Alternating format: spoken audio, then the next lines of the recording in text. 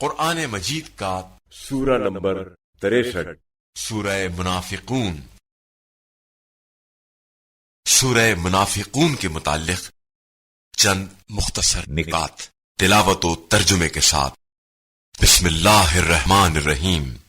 سورہ منافقون موجودہ ترتیب کے اعتبار سے قرآن مجید کا سورہ نمبر 63 اور ترتیب نزول کے لحاظ سے سورہ نمبر 104 ہے۔ یہ سورہ مدینہ منورہ میں نازل ہوا۔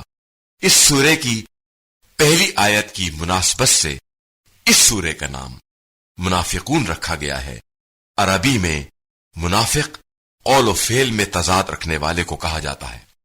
اس سورے میں منافقین کی 10 صفتوں کا ذکر ہوا ہے، جن سے ہر صاحب ایمان کو ہوشیار رہنا چاہیے، کیونکہ جس طرح عقائد میں نفاق ہوتا ہے اسی طرح عمل میں بھی نفاق ہوتا ہے۔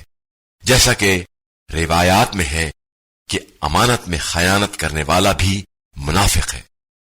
آیت نمبر 4 میں منافقین کو مجسموں سے تعبیر دی گئی ہے۔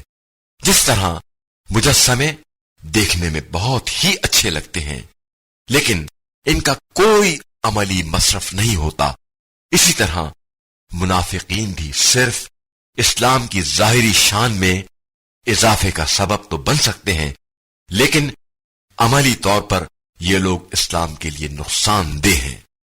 آیت نمبر 5 میں ہمارے لیے یہ ہدایت ہے کہ رسول خدا صلی اللہ علیہ وآلہ وسلم کے وسیلے سے دعا مانگنی چاہیے، اور جو لوگ رسول صلی اللہ علیہ وآلہ وسلم کے واسطے کے بغیر حاجات طلب کرتے ہیں، ان کی روش منافقین کی اس بے رخی کی طرح ہے جب ان سے کہا جاتا تھا کہ آؤ رسول خدا صلی اللہ علیہ وآلہ وسلم تمہارے حق میں استغفار کریں، تو وہ لوگ منہ پھیر لیا کرتے تھے۔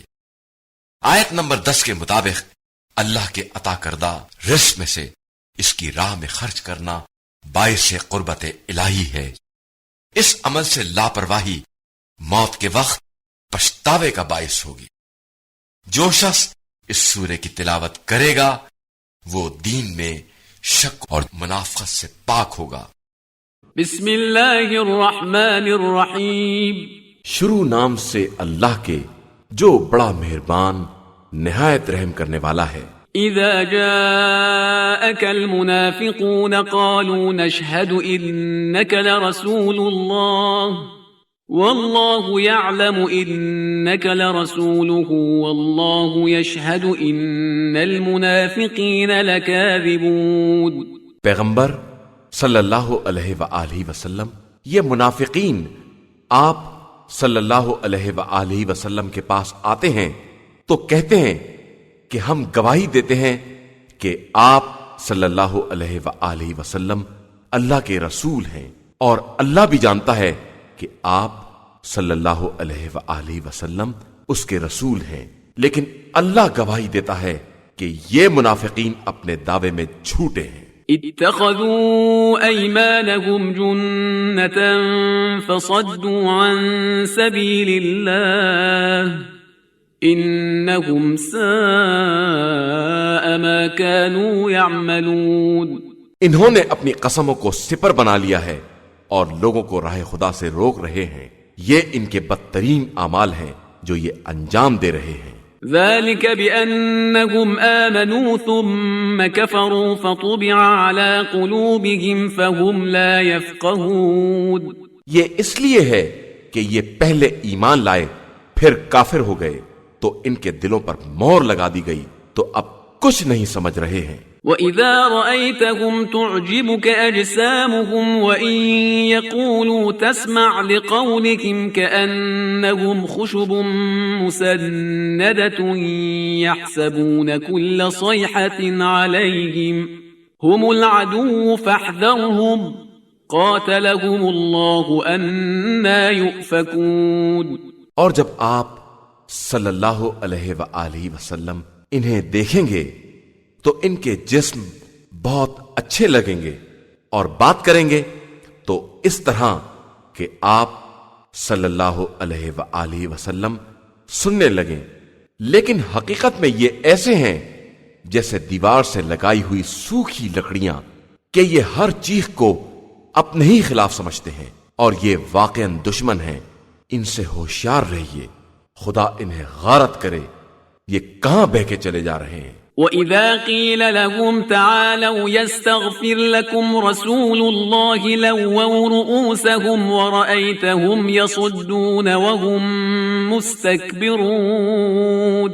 اور جب ان سے کہا جاتا ہے کہ آؤ رسول اللہ صلی اللہ علیہ وآلہ وسلم تمہارے حق میں استغفار کریں گے تو سر پھرا لیتے ہیں، اور تم دیکھو گے کہ استکبار کی بنا پر منہ بھی موڑ لیتے ہیں۔ سواء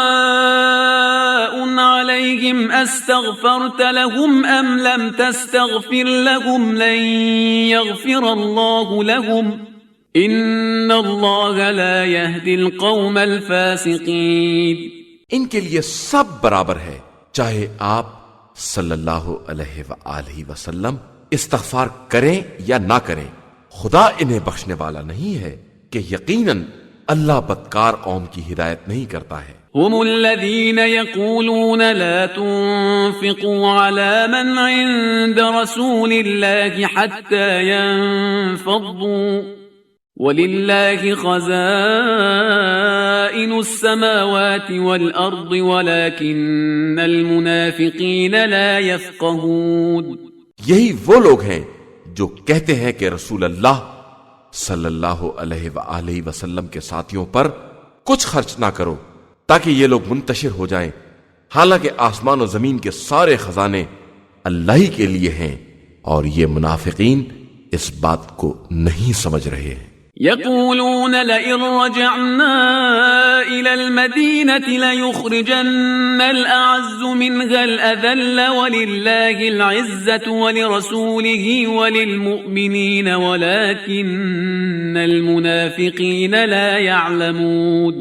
یہ لوگ کہتے ہیں کہ اگر ہم مدینہ واپس آ گئے تو ہم صاحبان عزت ان ذلیل افراد کو نکال باہر کریں گے، حالانکہ ساری عزت اللہ، رسول اور صاحبان ایمان کے لیے ہے، اور یہ منافقین یہ جانتے بھی نہیں ہیں۔ يا أيها الذين آمنوا لا تلهكم أموالكم ولا أولادكم عن ذكر الله ومن يفعل ذلك فأولئك هم الخاسرون۔ ایمان والو، خبردار، تمہارے اموال اور تمہاری اولاد تمہیں یاد خدا سے غافل نہ کر دے کہ جو ایسا کرے گا وہ یقیناً خسارہ والوں میں شمار ہوگا۔ وَأَنفِقُوا مِمَّا رَزَقْنَاكُم مِّن قَبْلِ أَن يَأْتِيَ أَحَدَكُمُ الْمَوْتُ فَيَقُولَ رَبِّ لَوْلَا أَخَّرْتَنِي إِلَىٰ أَجَلٍ قَرِيبٍ فَأَصَّدَّقَ وَأَكُن مِّنَ الصَّالِحِينَ۔ اور جو رزق ہم نے عطا کیا ہے اس میں سے ہماری راہ میں خرچ کرو قبل اس کے کہ تم میں سے کسی کو موت آ جائے اور وہ یہ کہے کہ خدایا ہمیں تھوڑے دنوں کی مہلت کیوں نہیں دے دیتا ہے کہ ہم خیرات نکالیں اور نیک بندوں میں شامل ہو جائیں۔ وَلَن يُؤَخِّرَ اللَّهُ نَفْسًا إِذَا جَاءَ أَجَلُهَا وَاللَّهُ خَبِيرٌ بِمَا تَعْمَلُونَ۔ اور ہرگز خدا کسی کی اجل کے آ جانے کے بعد اس میں تاخیر نہیں کرتا ہے، اور وہ تمہارے اعمال سے خوب باخبر ہے۔